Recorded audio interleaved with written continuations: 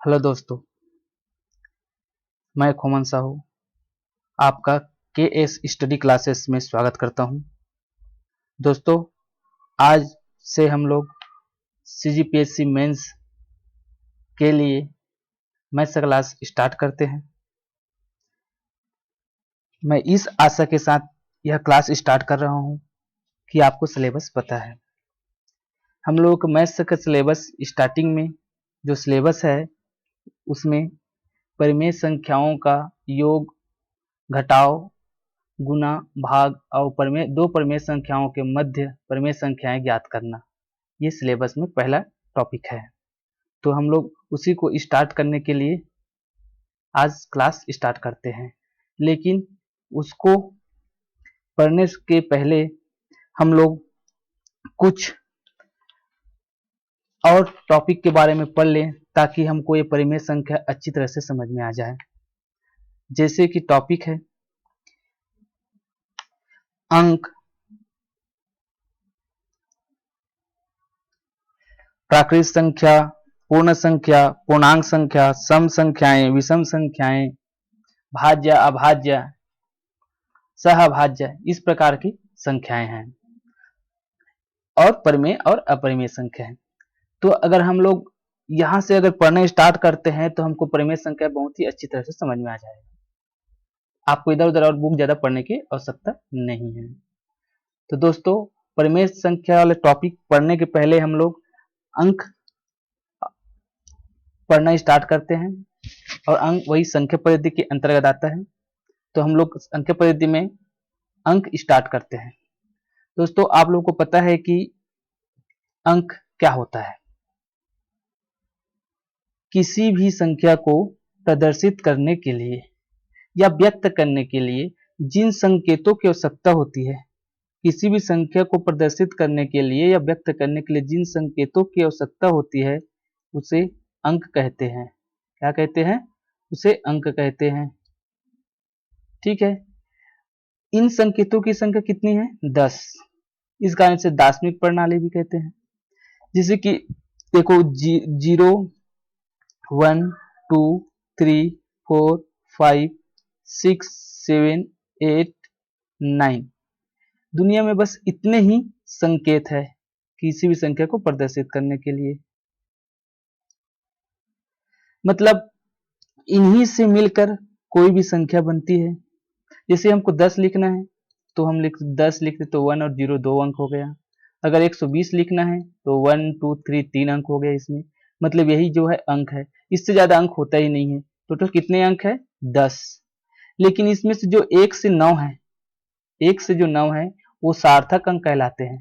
क्या कहलाते हैं? सार्थक अंक, जिसका कुछ अर्थ हो, सार्थक अंक कहलाते हैं। और इसमें 0 असार्थक अंक, जिसका कोई अर्थ नहीं होता है व्यक्तिगत रूप से। तो सार्थक अंक 1 से जो 9 है वो सार्थक अंक है और 0 असार्थक अंक है। तो हम लोग को अब समझ में आ गया है कि अंक क्या है। अंक केवल 0 से 9 है। टोटल कितना? 10। टोटल कितने हैं? 10 है। 1 0 के साथ मिलते हैं तो 0 से स्टार्ट करते हैं तो 0 1 2 3 4 5 6 7 8 9। इससे ज्यादा और अंक नहीं है। कोई भी संख्या इतने से ही मिलकर बनेगी। अब मुझे लगता है कि आप लोग को यह अंक अच्छे से समझ में आ गया है। तो हम लोग अब आगे चलते हैं प्राकृत संख्या। तो प्राकृत संख्या या नेचुरल नंबर, तो इसमें ये वो क्या था? अंक क्या था? अंक क्या था? संकेत था। अभी हो गया गणना। आप ही बताओ, अगर मैं काउंट, एक क्लास में जैसे 20 लोग हैं और मैं बोल दूंगा आपको काउंट करो, तो आप कहां से स्टार्ट करोगे? एक से ही करोगे ना, 1 2 3 4 ऐसे। मतलब हम लोग काउंटिंग कहां से स्टार्ट करते हैं? 1 से। उसके बाद 2 3 4 5 6, ऐसे करते करते पूरा जाएंगे। तो इस प्रकार काउंटिंग होगा। मतलब ये क्या हो गया आपका? काउंटिंग हो रहा है। काउंटिंग मतलब हो गया आपका गणना। तो गणना के लिए जिन संख्याओं का उपयोग किया जाता है उन्हें प्राकृत संख्या कहते हैं। तो सिंपल एक काउंटिंग है। गणना के लिए जिन संख्याओं का उपयोग किया जाता है उन्हें प्राकृत संख्या कहते हैं। इसे n से दर्शाते हैं। ये n से दर्शाते हैं, ये ज्यादा इंपॉर्टेंट नहीं है। इंपॉर्टेंट यह है कि ये 1 से स्टार्ट होता है। अगर आपको पूछे कि सबसे छोटी प्राकृत संख्या कौन सी है, तो क्या हो जाएगी? 1। सबसे छोटी प्राकृत संख्या कौन सी है? 1 है। और इस प्राकृत संख्या में +1 करके अगली वाली संख्या प्राप्त कर सकते हैं, ऐसे है। ठीक है, तो हम लोग और इसमें इतना ही देखते हैं। अब मुझे लगता है कि आप लोगों को अंक समझ में आ गया और प्राकृत संख्या भी समझ में आ गया। प्राकृत संख्या क्या है? 1 से जो अनंत तक है। ठीक है, कोई सबसे बड़ी प्राकृत संख्या आप नहीं बता सकते कि सबसे बड़ी प्राकृत संख्या कौन सी है। इसके बाद हम लोग देखते हैं पूर्ण संख्या। क्या देखते हैं? पूर्ण संख्या। तो पूर्ण संख्या या होल नंबर बोलते हैं। यदि प्राकृत संख्या में शून्य भी शामिल कर लिए, देखो हम लोग अभी काउंटिंग कहां से स्टार्ट किए थे? 1 2 3, मतलब 1 से स्टार्ट किए थे। यदि प्राकृत संख्या में शून्य भी शामिल कर लिया जाए, मतलब 0 1 2 3 4 ऐसे, तो जब प्राकृत संख्या में शून्य भी शामिल कर लिया जाता है तो उसे ही क्या कहते हैं? पूर्ण संख्या कहते हैं। ठीक है, अगर आपको पूछा कि सबसे छोटी पूर्ण संख्या कौन सी है, तो हो जाएगी शून्य। क्या होगी? सबसे छोटी पूर्ण संख्या शून्य होगी। और कोई सबसे बड़ी पूर्ण संख्या नहीं होती, जिस प्रकार सबसे बड़ी कोई प्राकृत संख्या नहीं होती, क्योंकि अनंत तक है ये। अब हम लोग देखते हैं कि अब हमको स्टार्ट कहां से करें, तो पहले सबसे पहले हम लोग देखें कि अंक क्या होता है। अंक कितने हैं? 0 से 9, 0 1 2 3 4 5 6 7 9 8 9। ठीक है, अब उसके बाद हम लोग देखें कि प्राकृत संख्या 1 2 3 4 5 6 7 डेढ़ अनंत तक होगा। उसी प्रकार अब पूर्ण संख्या देखें तो अगर शून्य प्राकृत संख्या में 0 भी शामिल कर ले तो उसे क्या कहते हैं? पूर्ण संख्या कहते हैं। ठीक है, अब पूर्णांक संख्या। तो पूर्णांक संख्या आप लोग संख्या रेखा पढ़े हो बचपन में, जैसे कि कई ग्राफ बनाए हो तो ऐसे, जैसे कि ये 0 हो गया, ये 1 2 3 4 5 ऐसे।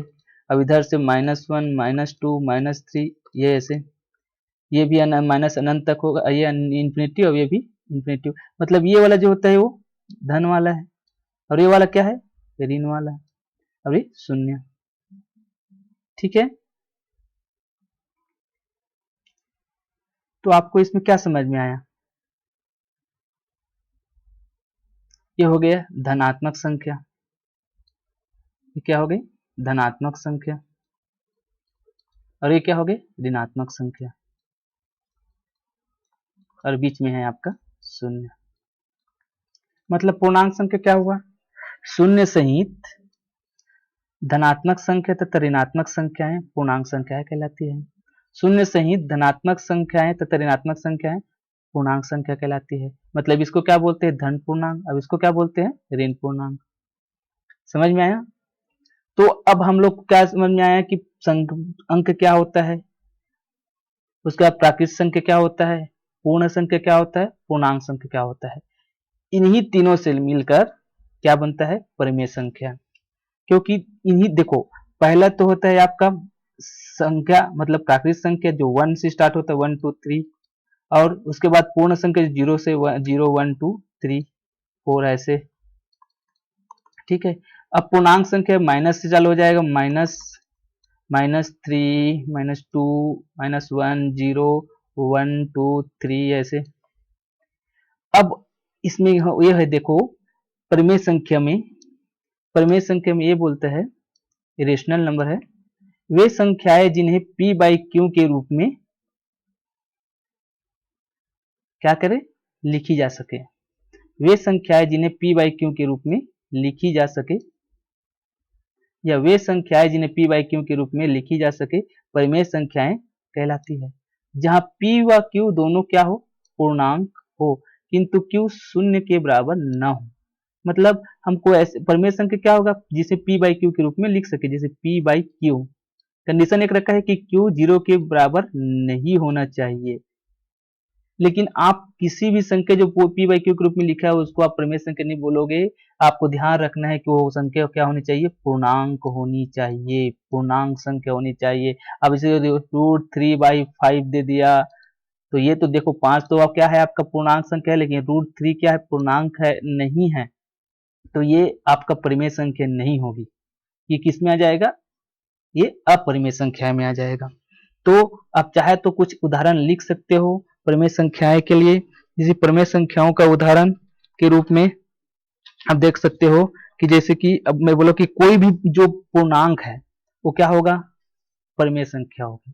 एक और चीज देख लो, जैसे कि देखो प्राकृत संख्या, उससे बाद प्राकृत संख्या से बाद क्या आता है, पूर्ण संख्या, उसके बाद पूर्णांक संख्या, और उसके बाद क्या आ रहा है, परिमेय संख्या। ठीक है, क्या हो रहा है, परिमेय संख्या। मतलब सभी प्राकृत संख्या पूर्णांक संख्या होती, पूर्ण संख्या होती है, और सभी पूर्ण संख्या पूर्णांक संख्याएं होती है, और सभी पूर्णांक संख्याएं परिमेय संख्याएं होती है, लेकिन सभी परिमेय संख्याएं पूर्णांक संख्याएं नहीं होती, सब या नहीं हो सकती, और सभी पूर्णांक संख्याएं आपका पूर्ण संख्या नहीं हो सकती, और सभी पूर्ण संख्या आपका प्राकृत संख्या हो जरूरी नहीं है, क्योंकि शून्य प्राकृत संख्या नहीं है। ठीक है, तो हम लोग इसी में आगे चलते हैं। तो एक एग्जांपल देख लेते हैं,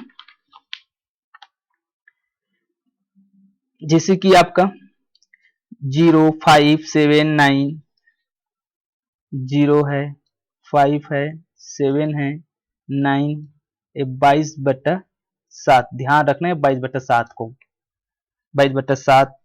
ठीक है, 1/3 और -2/5 और रूट 25/36। देखो यहां पर आप बोलोगे कि ये रूट है ना, तो ये जो है जैसे कि रूट ये ऐसे है 25/36 है, तो ये 5/6 होगा, तो ये परिमेय संख्या है। आपको मैं 22/7 को इसलिए ध्यान रखने के लिए बोल रहा हूँ कि इसमें एक और कंडीशन आता है, लेकिन अभी हमको ज्यादा नहीं पढ़ना है इसलिए नहीं बता रहा हूँ, फिर भी थोड़ा सा जानना है तो जान लो।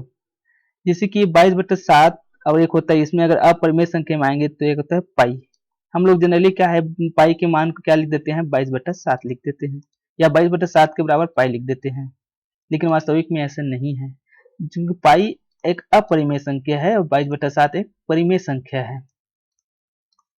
क्यों? क्योंकि पाई का जो मान होता है वो इसका अंत नहीं होता, इसका कभी अंत ही नहीं होता। इसका जो मान है, पाई के जो मान है, वो निरेष्ट मान 22/7 के मान के लगभग इक्वल होता है, तो उसको निरेष्ट मान लेकर या निरेष्ट वैल्यू लेकर उसको मान लेते हैं हम लोग कि पाई मतलब 22/7, लेकिन वास्तविक में ऐसा नहीं है। अब समझ में आया कि पाई क्या है, आपका अपरिमेय संख्या, और 22/7 आपका परिमेय संख्या है। ठीक है, ये आपका ये हो गया, ध्यान रखना। और इसमें और भी आगे जाके परिमेय संख्या, जैसे कि 1/3, जैसे हम इसको 3 से डिवाइड करते हैं तो क्या हो जाता है, लेकिन ये टॉपिक में आगे आपका नहीं है इसलिए ज्यादा नहीं बता रहा हूँ। जैसे कि इसको 0.33 ऐसे देंगे, देखो बार बार ये आ रहा है, ये बार बार आता है, मतलब हर बार अनंत, इसका अंत नहीं है, ये शांत नहीं है, लेकिन क्या है ये क्या है आपका बार बार आ रहा है, तो इसको हम लोग कई बार क्या लिखते हैं, ये ऐसे लिख लेते हैं बार लगाकर, और इसको जब वापस प्राप्त करते हैं तो हम जितना बार उतना 9 लिख कर वापस ले आते हैं, तो वे 1/3। ठीक है, ये तो ये 1/3 मतलब ये परिमेय संख्या के रूप में लिखी जा सकती है। लेकिन ऐसे पाई का मान आएगा तो पाई का मान का कभी अंत होता ही नहीं है, और अंत नहीं होता, साथ में ये रिपीटेड नहीं होता है, जबकि ये रिपीटेड है, देखो बार बार 3 आया था, ये रिपीटेड नहीं है, ये रिपीटेड है, तो रिपीटेड नहीं होने की वजह से हम इसको परिमेय संख्या के रूप में नहीं लिख सकते फिर, जबकि ये रिपीटेड होने की वजह से इसको हम लोग परिमेय संख्या के रूप में लिख सकते हैं। समझ में आया? इसी प्रकार अगर अपरिमेय, देखो अपरिमेय को थोड़ा परिभाषा देख लेते हैं, तो वे संख्याएं जिन्हें पी बाई क्यू के रूप में नहीं लिखी जा सके अपरिमेय संख्याएं कहलाती है। अब बता दें एग्जाम्पल जिसे नहीं लिख सकते हैं, ये क्या होता है, ये जिसका अंत भी ना हो, ठीक है, और रिपीटेड ना हो, ये रिपीटेड होते हैं, अंत नहीं होता है लेकिन रिपीटेड हो सकते हैं, तो इसको हम परिमेय संख्या के रूप में लिख सकते हैं, लेकिन ये वाला टॉपिक आपका सिलेबस में नहीं है। ठीक है, तो परिमेय संख्या, तो अब ये हो गया अपरिमेय संख्या। तो अपरिमेय संख्या के एग्जाम्पल में क्या बताया हूं, पाई, √5, √2, √3, इस प्रकार की जो संख्याएं हैं वो क्या सब क्या है, अपरिमेय संख्याएं हैं। ठीक है, वास्तविक संख्याएं, वास्तविक संख्या देख लेते हैं, रियल नंबर्स। तो परिमेय संख्याएं और अपरिमेय संख्याएं सम्मिलित रूप से वास्तविक संख्याएं कहलाती है। मतलब वास्तविक संख्या के अंतर्गत क्या होता है, परिमेय भी होता है और अपरिमेय भी होता है। ठीक है, तो अगर कभी आपको पूछा है क्या सभी परिमेय संख्याएं वास्तविक संख्याएं होती है, हाँ होती है। क्या सभी अपरिमेय संख्याएं वास्तविक संख्या होती है, हाँ होती है। लेकिन सभी वास्तविक संख्याएं परिमेय संख्या हो जरूरी नहीं है। ठीक है, क्योंकि इसमें अपरिमेय संख्या भी हो सकता है। ठीक है, तो हो गया आपका परिमेय और परिमेय। और आपको अगर लिखना चाहते हो तो परिमेय और अपरिमेय का एग्जाम्पल लिखो, वो आएगा आपका वास्तविक संख्या के अंतर्गत। जैसे कि 1 2 3 0 जो भी है 22/7 और ये पाई। ठीक है, √2 √3 ये √5 या √5/7 ये सब क्या है आपका, या फिर 1/3 ये सब क्या है, वास्तविक संख्याएं हैं। अब हम लोग इतना जान गए कि प्रमेय संख्या क्या है और अपरिमेय संख्या क्या है। मैं हल्का सा जब इस टॉपिक को स्टार्ट करूंगा प्रमेय संख्या, इसके बाद शायद नेक्स्ट क्लास जब होगा तो इसमें हम लोग इसके बारे में थोड़ा सा और पढ़ लेंगे, किसके बारे में, परिमेय संख्या के बारे में। अब हम लोग देखते हैं कि सम संख्या, सम संख्याएं क्या है या इवन नंबर्स। तो वे संख्याएं जो 2 से पूरी तरह विभाजित हो। तो आपको रट्टा उठाया है आपको पहले से कि वे संख्या 2 से पूरी तरह विभाजित हो सम संख्या कहलाती है। जैसे कि 2 4 6 8 ऐसे, या है ना, इप्सी। ठीक है, इत्यादि। अब उसी प्रकार वे संख्या है जो 2 से जो पूर्णतः विभाजित ना हो, an 3 5 15 ऐसे जो भी है ना, ये आपका क्या है, आपका विषम संख्या कहलाती है। लेकिन ये परिभाषा तक है, इससे आपको कुछ समझ में नहीं आता है। क्या आप हर संख्या को आप 2 से भाग देकर देखते रहोगे, नहीं। हमको जानना है, कोई संख्या को देखते ही हमको पता चल जाना है कि सम है कि विषम। जैसे कि मैं लिख रहा हूं वहां पर 0 1 2 3 4 5 6 7 8 9। तो यहाँ पर देखो आप, जिसकी इकाई में क्या दिखे 0 2 4 6 8 दिखता है, वो सब क्या आएंगे, सम संख्या। इससे ज्यादा आपको नहीं देखना है, बस इतना ही देखना है।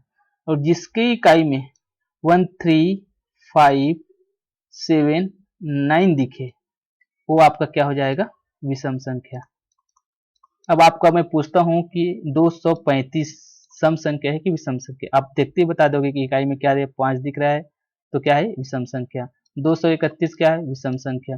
260 क्या है, सम संख्या। 240 क्या है, सम संख्या। 255 क्या है, विषम संख्या। समझ में आया। तो परिभाषा अलग चीज होती है, लेकिन कंसेप्ट ये है, आपको समझना है कि जिसकी इकाई में आपको दिखा, क्या दिखा, 0 2 4 6 8 दिखा, वो सब क्या है आपका, सम संख्या। लेकिन ध्यान रखना कि 0 सम संख्या नहीं है। मैं ये बात बोल रहा हूँ कि जिसकी इकाई में दिखा, तो इकाई में हो, जैसे कि 10 है तो इकाई में क्या दिख रहा है, 0 दिख रहा है। लेकिन पर्टिकुलर आप 0 बोलेगा, सम संख्या बोलेगा तो नहीं है, 0 पर्टिकुलर सम संख्या नहीं है। ठीक है, अब हम लोग अब इतना जान गए कि सम संख्या क्या है और विषम संख्या क्या है। ठीक है, अगर आप कभी प्री में पढ़ते हो तो ये आपके लिए जो संख्या पद्धति ही टॉपिक में जब पढ़ोगे कि इकाई का अंक ज्ञात कीजिए, तो वहां पे आपको ये सम विषम का महत्व समझ में आ जाएगा। भाज्य संख्याएं वे संख्याएं जो स्वयं और एक के अतिरिक्त अन्य किसी संख्या से भी क्या हो, विभाजित हो, वो भाज्य संख्या कहलाती है। वैसे एक और संख्या है अभाज्य संख्या है। ठीक है, ये भाज्य है, ये अभाज्य है। ये संख्या जो स्वयं एक अन्य से विभाजित के न हो, जो स्वयं और एक के अतिरिक्त अन्य किसी संख्या से विभाजित नहीं होती है, तो अभाज्य संख्या है कहलाती है। तो इसको अच्छे तरह से समझने के लिए मैं आपको एक चीज बता रहा हूँ, 3 कंडीशन वाला, जो 3 कंडीशन को फॉलो करे। जैसे कि आपका यह है आपका भाज्य संख्या, ये आपका हो गया अभाज्य संख्या। ठीक है, अब एक होता है आपका न तो भाज्य नहीं अभाज्य, इसको समझना, न तो भाज्य नहीं अभाज्य। ठीक है, तो ये कैसे होता है देखते हैं। देखो 3 कंडीशन, एक होता है स्वयं, दूसरा होता है एक, तीसरा होता है अन्य। वही कंडीशन इसमें भी लागू होगा, स्वयं, एक, अन्य। वही कंडीशन इसमें भी लागू करके देखते हैं, जो लागू होगा तो है, नहीं तो नहीं है।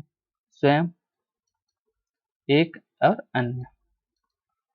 तो अगर हम कोई भी, जैसे कि हम जानते हैं कि संख्या निकालते हैं 1 2 3 4 ऐसे ले लेते हैं, जो जानते हैं कि प्राकृत संख्या जो है, जी पता है आपको कि 1 2 3 ऐसे 1 है, 2 है, 3 है, 4 5 6 7 ऐसे है। तो हम लोग जैसे कि हम सबसे पहले देख लेते हैं कि 1 को, या 1 को छोड़ो, चलो 4 को पहले देख लेते हैं, या 2 को देख लेते हैं, 2 से चलो स्टार्ट करते हैं। तो यहाँ पर 2 रख के देखो, तो 2 स्वयं से जा रहा है, डिवाइड हो रहा है, हाँ सही है। 1 से जा रहा है, हाँ सही है। अन्य से विभाजित है, नहीं है, मतलब दो सम संख्या, दो क्या है आपका भाज्य संख्या नहीं है। और जो 2 कंडीशन फॉलो करेगा वो कौन सा होगा, ये अभाज्य संख्या। ठीक है, अब 3 को रख के देखते हैं। 3 स्वयं से जाता है, 1 से जाता है, अन्य से जाता है नहीं, मतलब ये भी भाज्य संख्या नहीं है। क्या संख्या होगी, अभाज्य संख्या होगी। 3 भी, 2 3, ठीक है। अब यहाँ पर 4 को रख के देखते हैं। 4 स्वयं से जाता है, हाँ जाता है। 1 से जाता है, हाँ जाता है। अन्य से जाता है, हाँ जाता है। मतलब आपका 4 क्या हो गई, भाज्य संख्या। मतलब समझ में आया आपको, 4 मतलब आपको सबसे छोटी भाज्य संख्या कौन से प्राप्त होगी, 4। और सबसे छोटी अभाज्य संख्या कौन से प्राप्त होगी, 2। क्योंकि अभी एक के बारे में समझा रहा हूँ। देखो मैं बोला कि देखो यहाँ पर तीनों अलग अलग चीज होना चाहिए, जैसे कि यहाँ पर 4 अलग है, 4 1 से जाता है वो अलग है, और 4 अन्य से जैसे किसी जाता है 2 से जाता है अलग है। तीनों चीज अलग अलग होना चाहिए यहाँ पर, डिफरेंट डिफरेंट। लेकिन यहाँ पर अगर मैं एक को रख के देखता हूँ, तो एक स्वयं भी वही है, एक भी वही है, और अन्य से जाएगा तो वो भी वही एक है। मतलब यहाँ पर 3 कंडीशन होना चाहिए था, लेकिन सब मिला के एक ही कंडीशन है। अब ये कितना कंडीशन फॉलो कर रहा है, ये 2 कंडीशन, और ये कितना, तीनों। तो जो तीनों कंडीशन को फॉलो करे क्या है आपका भाज्य संख्या, और जो केवल 2 कंडीशन फॉलो करे वो आपका अभाज्य संख्या, और जो केवल एक ही कंडीशन फॉलो करे वो होता है आपका न तो भाज्य और नहीं अभाज्य। तो ध्यान रखना, एक न तो भाज्य है और नहीं अभाज्य, ये इंपॉर्टेंट पॉइंट है आपके लिए। एक न तो भाज्य है और नहीं अभाज्य, ये बहुत इंपॉर्टेंट है। और ध्यान रखना, इसी प्रकार 2 जो दिख रहा है, 2 एकमात्र जो सम संख्या है जो कि क्या है, अभाज्य है। बाकी जितनी भी अभाज्य संख्या होगी, अगर होती है तो वो विषम संख्या ही होगी। ये 2 पॉइंट आपके लिए बहुत इंपॉर्टेंट है। ठीक है, तो भाज्य अभाज्य और न तो भाज्य नहीं अभाज्य, यहाँ पे मैं न तो भाज्य न तो अभाज्य लिखा नहीं हूँ, फिर भी आपको समझ में आना चाहिए कि यहाँ पर कंसेप्ट ये है कि एक न तो भाज्य है और नहीं अभाज्य है। अगर आपको पूछता है कि सबसे छोटी भाज्य संख्या कौन सी है, तो सबसे छोटी भाज्य संख्या 4 होगी।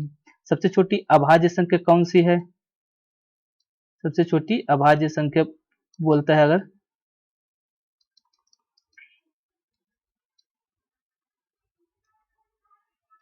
ठीक है, ये होता है अभाज्य संख्या। कौन सी है बोलेगा तो 2। अब एक और ध्यान रखना इसमें कि 2 एकमात्र सम संख्या है जो कि अभाज्य है, या एकमात्र सम संख्या 2 है जो कि अभाज्य है। ठीक है, और यहाँ पर ये याद रखना कि एक न तो भाज्य है और न ही अभाज्य है, ये बहुत ही इंपॉर्टेंट है। और ये 2 वाला, ये दोनों को बहुत अच्छे से आपको याद रखना है।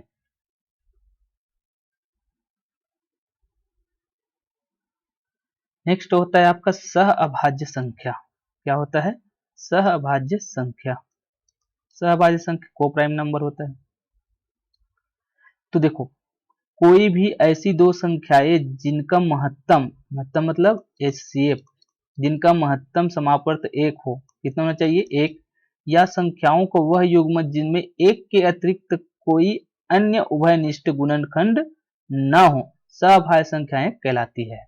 अब इसको हम लोग थोड़ा समझ लेते हैं। एचसीएफ, अब एचसीएफ कैसे निकलता है, 2 संख्या या 3 संख्या जो भी लेंगे उसका फिर आपका एचसीएफ निकालोगे, वहां से आपको पता चलेगा कैसे निकलता है। जैसे कि हम लोग दे देते हैं कि ये 2, जैसे कि मैं यहाँ पर ले लेता हूँ 10 और ये ले लेता हूँ 15, तो 10 का एलसीएम निकालता हूँ अलग से, तो 2 पंचे और 5, एक कम, तो कितना हो जाएगा ये देखते हैं। और इसी प्रकार 15 का निकालते हैं तो कितना हो जाएगा,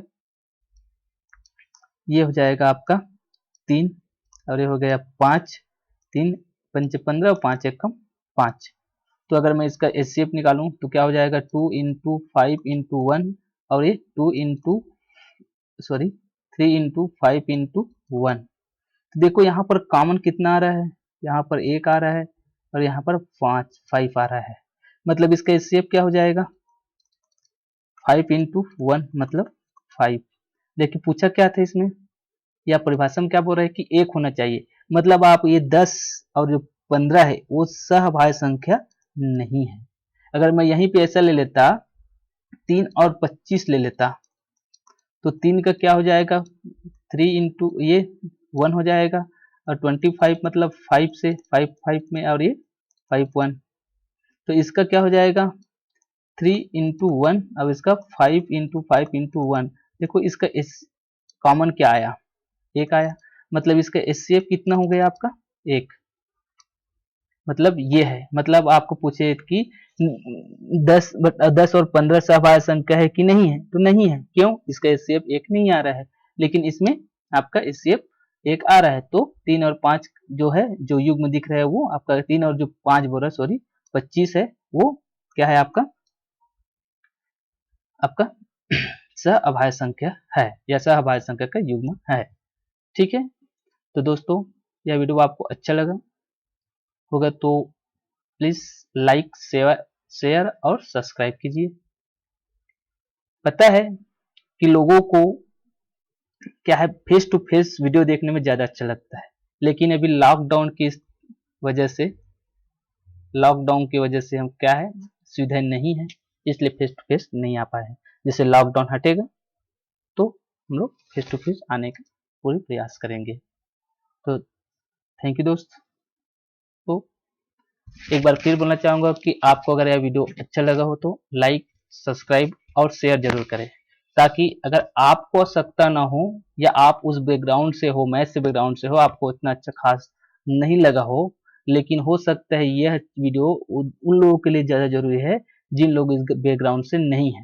क्योंकि मैं जीरो लेवल से बताने वाला हूँ, तो जीरो लेवल से इसलिए हल्का सा ओवरव्यू दिया हूँ कि हल्का सा आप लोग समझो, ताकि आप लोग उस छोटे छोटे पॉइंट है जो उसको समझ सको।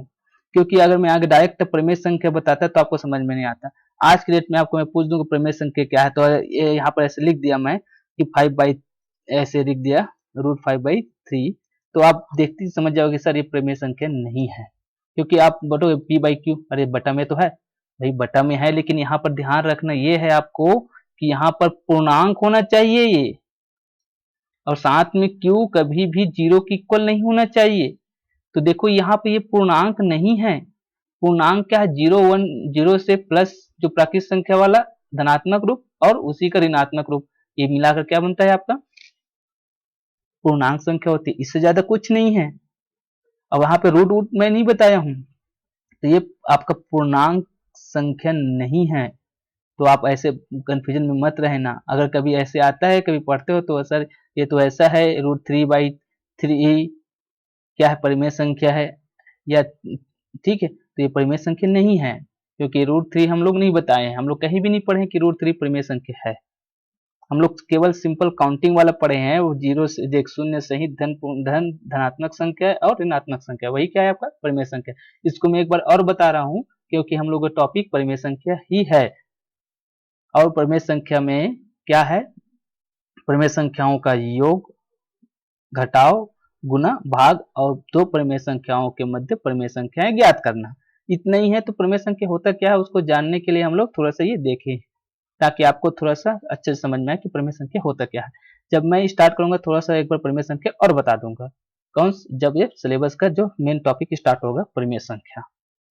ठीक है दोस्तों, तो एक बार फिर से मैं आपको जाते जाते एक बार फिर बोलना चाह रहा हूँ कि आप लोगों को यह वीडियो अच्छा लगा हो तो सब्सक्राइब, शेयर और लाइक करना ना भूलें। धन्यवाद।